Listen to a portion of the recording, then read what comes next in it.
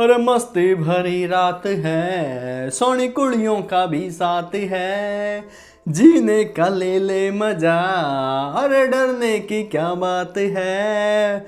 ना ना ना ना ना रे ना रे ना रे ना ना ना ना ना रे ना रे। भाई साहब ये गाना और हमारा बचपन एक साथ बड़े हुए हैं। खैर दोस्तों, विक्की विद्या का वो वाला वीडियो मूवी हम देखकर आ चुके हैं और आज के इस वीडियो में हम रिव्यू करने जा रहे हैं विक्की विद्या का वो वाला वीडियो मूवी। खैर दोस्तों, वीडियो स्टार्ट करने से पहले आपको चेतावनी दे देना चाहता हूं कि इस जगह पर मैं टाइम स्टैंप दे रहा हूं, इससे आगे वीडियो मत देखना क्योंकि वो टोटल स्पॉइल होगा। जब आप मूवी जाकर देख ले उसके बाद में आकर इस वाले हिस्से को जरूर देखना, क्योंकि कुछ चीज़ें जो आपको शायद समझ नहीं आई हो कि भाई साहब उस चीज़ का मतलब क्या था, तो उसके लिए मैंने लास्ट में स्पॉइलर है वो, इस वजह से लास्ट में उसको रख रहा हूँ। तो आप अगर स्पॉइलर देखना चाहते हो तो एंड तक देख सकते हैं, लेकिन ये वीडियो एंड तक ना देखें। रिव्यू स्टार्ट करने से पहले मैं आपको एक बात बता दूं, जब भी आप मूवी देखने जाएं तो उसका डिस्क्लेमर जरूर पढ़ें, जिसकी पहली लाइन होगी इंस्पायर्ड बाय ट्रू इवेंट्स, सच्ची घटनाओं से प्रेरित है, आधारित नहीं प्रेरित है। और प्रेरित का मतलब होता है कि समाज में ऐसी घटनाएं हुई हैं, ऐसी चीज़ें हुई हैं जिसकी वजह से यहाँ पर हमको ये रेफरेंस देखने को मिला है। अर्थात मूवी का जब क्लाइमैक्स आएगा और क्लाइमैक्स में जो भी हम देखेंगे तो उसका कहीं ना कहीं आप रेफरेंस समाज से जोड़ पाओगे। ऐसी न्यूज़, ऐसी घटनाएं आपने सुनी या देखी होंगी, चाहे न्यूज़ के जरिए चाहे अखबार की कटिंग के जरिए, तो उसको आप कनेक्ट कर जाओगे। तो yes, it is inspired by, प्रेरित है ये भाई साहब। ठीक है, तो रिव्यू स्टार्ट करते हैं।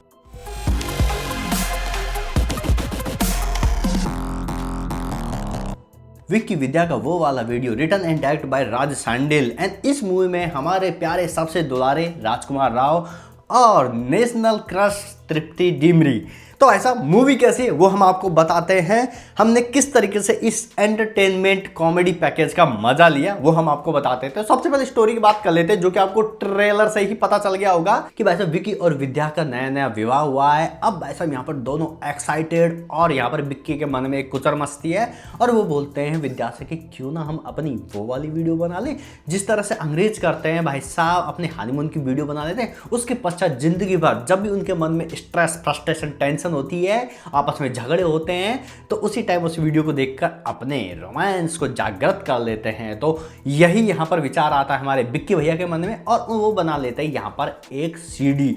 और वो सीडी जब वो घर पर देख रहे होते हैं तो वो रात में हो जाता है चोरी, और उसके पश्चात सारी कहानी उस सीडी को ढूंढने के लिए लग जाती है कि आखिर वो सीडी गई कहाँ, चोर कौन है, चोर कहाँ है। भाई साहब इसी के पीछे ये मूवी अपने कॉमेडी के घोड़े लेके भागती रहती है, जिसमें आपको बहुत आनंद आता है। कुछ जोक्स बराबर लैंड करते हैं, कुछ जोक्स थोड़े से घोड़े से गिर जाते हैं, लेकिन हाँ इन द एंड आपको जब ट्विस्ट मिलेगा तो इस कहानी का सार आपको पता चल जाएगा, जिससे आप ऑलमोस्ट सेटिस्फाई हो जाएंगे कि हाँ भैया फिल्म बढ़िया है। लेकिन फिर भी आपके मन में एक सवाल जरूर उठेगा, उसका जवाब मैं स्पॉइलर के साथ में एंड में आपको दे ही दूंगा। खैर दोस्तों, अब बढ़ते हैं यहाँ पर ओवरऑल मूवी एक्सपीरियंस कैसा रहा, विजुअल वाइज, साउंड वाइज, और जो भी हम एक्सपीरियंस करते हैं उसके बारे में बात करते हैं। तो सबसे पहले बात करें विजुअल्स की, तो ये कहानी सिचुएटेड है उत्तराखंड में, 1997 का उत्तराखंड, जो कि पहले यूपी हुआ करता था, वो हमको दिखाया है। आपकी थोड़ी सी जीके दुरुस्त कर ही देता हूं। तो 9 नवंबर सन 2000 से पहले उत्तराखंड नहीं था, वो बाद में 27वां स्टेट बना है इंडिया का, जो कि यूपी का जो नॉर्दर्न हिस्सा है, नदर्न हिस्सा है, उत्तर वाला हिस्सा है, उसको सेपरेट कर दिया गया, तब हमारा उत्तराखंड आया। उससे पहले की कहानी, मतलब ये यूपी की ही कहानी है, जो उत्तराखंड अभी वर्तमान में है। तो लोकेशन वाइज ब्यूटीफुल उत्तराखंड इसमें हमको देखने को मिलता है, लेकिन उतना भी ज्यादा एक्सप्लोर नहीं करा देते हैं हमको। यहाँ पर विक्की विद्या जो रहते हैं वो वाली जो पूरा मॉल होता है वो दिखाया जाता है। उसके बाद में जो भी यहाँ पर बाजार वाजार है और जो घाट और एक बहुत बढ़िया सुंदर सा ब्रिज है वो हमको दिखाया गया है। तो विजुअल वाइज जो अपील है वो इतना ही मिलेगा। बाकी ये एक बहुत ही सिंपल सी स्टोरी पर चलने वाली मूवी है, एक कॉमेडी मूवी है। तो यहाँ पर बहुत ही अतरंगे कैमरा एंगल्स ये वो दिखाने की कोई ज़रूरत भी नहीं थी। तो सिनेमेटोग्राफी डिसेंट है, लेकिन VFX एंड CGI जो यूज़ किया गया है, जहाँ पर एक ट्रेन दिखाइए, 2 बार दिखाइए, 2 बार आपको साफ पता चलता है कि भाई साहब ये VFX वाली है, और जो एकदम मतलब घटिया से घटिया जो VFX होता है ना, वो उस ट्रेन के लिए यूज़ किया गया है। वहीं पर एक CG कैरेक्टर भी बनाया गया है, ओ स्त्री परसोवाना, मतलब स्त्री का एक कैरेक्टर इसमें लिया गया है। क्या है क्यों है स्पॉइलर मैं आपको बताऊंगा ही। खैर, तो उसके कैरेक्टर के लिए जो CGI यूज़ किया गया है वो एकदम घटिया वाला है। और हाँ, मूवी के अकॉर्डिंग चल जाएगा, कोई दिक्कत नहीं है। अब बात करें म्यूजिक की, तो मूवी का बीजीएम या फिर मूवी का बैकग्राउंड स्कोर है वो एवरेज है, बहुत ज़्यादा अच्छा भी नहीं है, बहुत ज़्यादा बुरा भी नहीं है, लेकिन I like the songs. Movie के सभी गाने बहुत ही बढ़िया लगे। इसका एक नेगेटिव पॉइंट यही है कि मूवी में गाने बहुत ज़्यादा भी हैं। हालांकि यहाँ पर पहला जो गाना आता है तुम जो मिले, वो एकदम मूड बना देता है, बहुत ही मतलब सुंदर गाना है। उसके बाद में पुराने गानों का जितना भी रेफरेंस यहाँ पर दिया गया है, तुम्हें अपना बनाने की कसम खाई है, और उसके बाद में मस्त कलर एक गाना आता है, ये एक आइटम सॉन्ग टाइप का है, वो भी देखने में मज़ा आता है। तो मूवी के सभी गाने बढ़िया हैं, लेकिन मेरी एक शिकायत है कि यहाँ पर हमारे बॉलीवुड में जब कोई हीरो हीरोइन में आपसी तकरार हो रहा है या फिर उनमें कोई ऐसी दिक्कत आ रही है, अड़चन आ रही है, उनके इमोशनली वो टूट रहे हैं, तो गाने से ही दिखाना जरूरी है क्या? तो कभी कभी लगता है कि यार गाने बहुत ज़्यादा भी हो जाते हैं, लेकिन फिर कहूँगा मूवी के सभी गाने अच्छे हैं। और मुझे पवन भैया का गाना सबसे बढ़िया लगा, जो कि मूवी के एंड में आता है, चुम्मा तेरा आय हाय, मस्त गाना है। खैर दोस्तों, मूवी का म्यूजिक बढ़िया है, बीजीएम एवरेज है, लेकिन गाने अच्छे हैं। अब बात करते हैं एक्टर्स एंड उनकी परफॉर्मेंस की। तो सबसे पहले विक्की भैया, हमारे राजकुमार राव, और इस तरह के जो कैरेक्टर्स होते हैं ये भैया आराम से चाट जाते हैं, एकदम मक्खन की तरह, एकदम ऐसे फिसलते हुए करते हैं ऐसी एक्टिंग। तो बस राजकुमार राव एज ऑलवेज बहुत ही मज़ेदार लगे।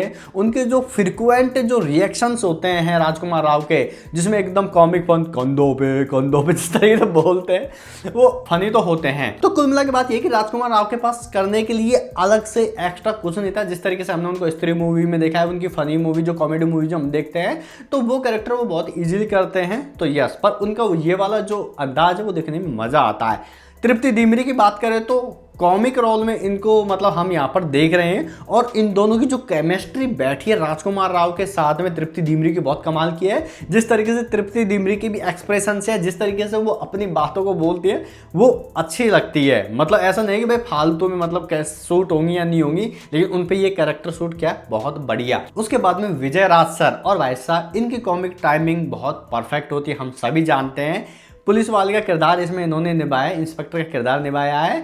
एंड इनका जो अपीयरेंस होता है फनी वाला, जिस तरीके से इनकी चाल डाल होती है, कहते हैं ना कि भाई साहब आपको सिर्फ एक्टिंग करनी होती, कुछ भी ओवर एक्टिंग नहीं होती। अगर यहाँ पर डिमांड है उस तरह का बिहेव करने की, तो उसमें खरे उतरते हैं, और वही तो परफेक्ट एक्टिंग है। तो यहाँ पर इस तरह के कैरेक्टर ऑलरेडी यहाँ पर हमारे विजय राज सर कर चुके हैं, बहुत मूवीज में किए हैं, तो वो बहुत ही परफेक्टली उसको करते हैं। बस वही है कि जितने भी जोक्स है, राइटिंग पे डिपेंड करता है ना, तो जोक्स मिलते हैं वो कुछ कुछ तो लैंड करते हैं, कुछ कुछ यहाँ पर स्लिप हो जाते हैं, लेकिन उनके वन लाइनर्स और उनकी कई हुई बातें आपको हंसाएगी जरूर।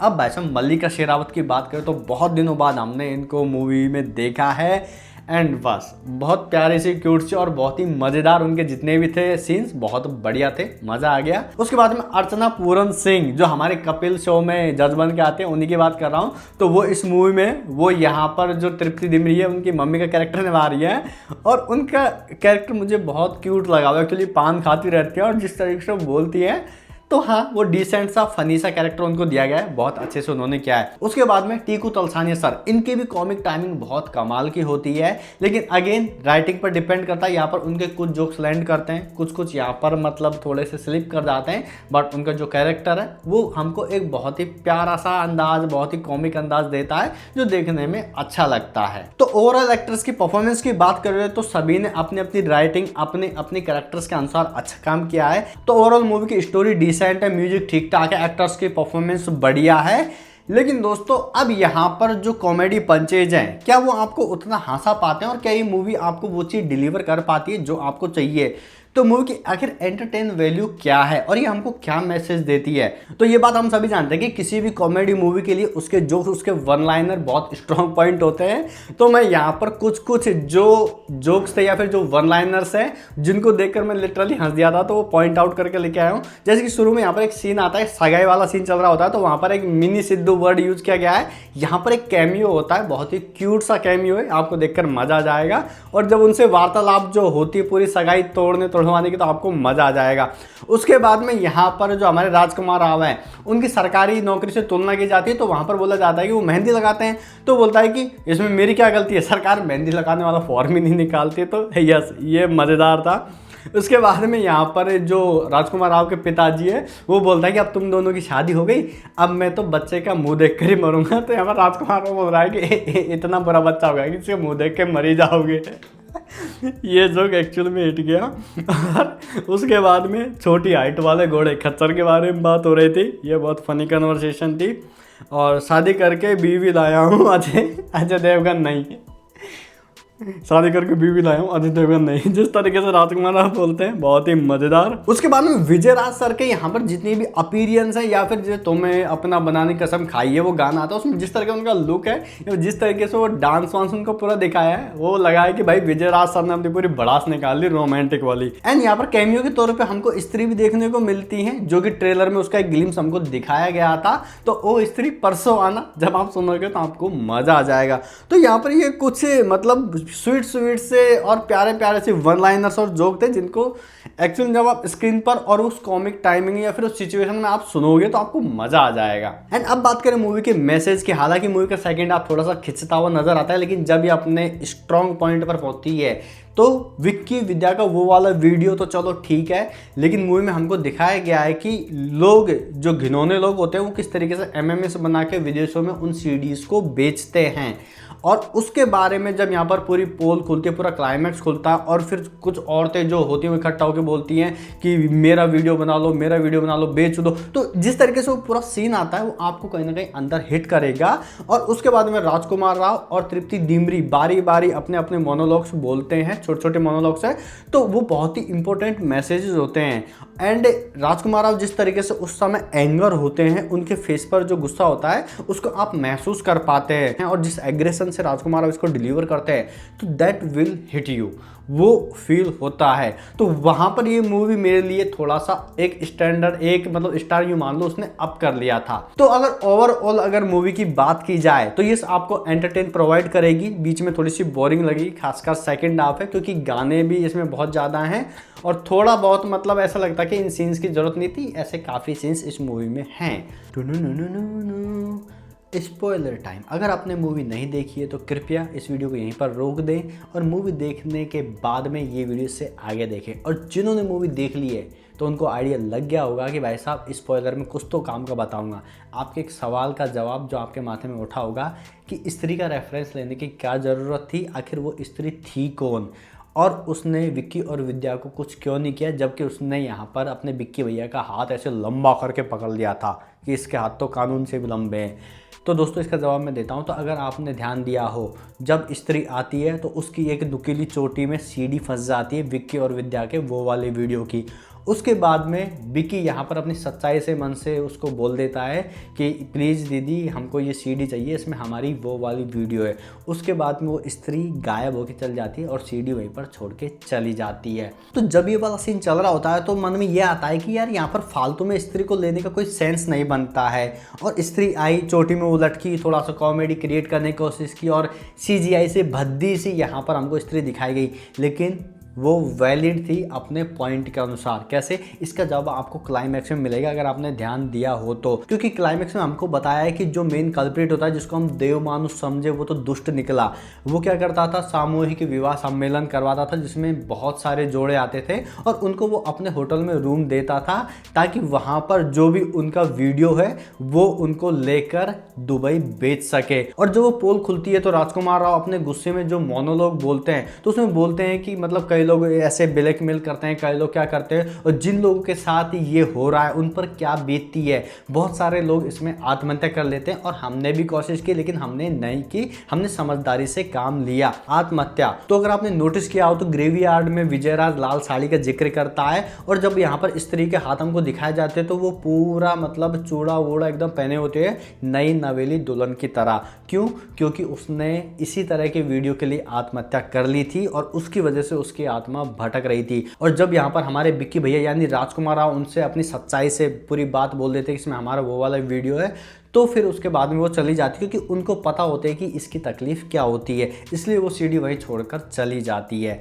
तो ये बात मैं मानता हूँ कि यहाँ पर स्त्री का जो भी ओके, तो ये बात मैं मानता हूँ कि यहाँ पर स्त्री का जो सीन दिखाया गया है वो थोड़ा सा फालतू टाइप का लगता जरूर है, लेकिन उसका एक वैलिड पॉइंट हमको एंड में मिल जाता है, उस बात का जवाब हमको मिल जाता है कि आखिर उसको क्यों दिखाया गया। और दोस्तों इस मूवी के एंड में जो सोशल मैसेज या फिर जो सोशल इशू हमको दिखाया गया है, जिस तरीके से राजकुमार राव ने वो प्रेजेंट किया है, वो हिट करता है। एंड राजकुमार राव के उस पॉइंट ऑफ व्यू से उस सोशल इशू के बारे में अगर मैं बात करूं तो मैं इतना ही कहूंगा कि यहाँ पर एक टाइम पे ओयो है वो काफ़ी ज़्यादा बदनाम था इस चीज़ के लिए। मुझे नहीं पता इसमें कितनी सच्चाई है, मैं कभी गया नहीं ना इसलिए, लेकिन फिर भी बहुत ज़्यादा मतलब एमएमएस ऐसे लीक हो जाते हैं, ये हो जाता है। और प्रेजेंट सिचुएशन भी देखें तो यहाँ पर जो लड़के होते हैं वो भाई साहब कुछ भी कर रहे होते हैं, वो वीडियो बना लेते हैं, उसको वायरल कर लेते हैं, जो कि बहुत ज़्यादा गलत है। सुना बाबू ऐसा वैसा है, कुछ नहीं होगा, मैं ही तो हूँ, ये ऐसा दिलासा दे दे के ये कांड कर देते हैं। अब मैं इस बारे में सिंपल सी बात ये कहना चाहूँगा कि अगर आप कंसेंट लेके या फिर आपसी प्रेम से किसी के साथ कुछ भी करें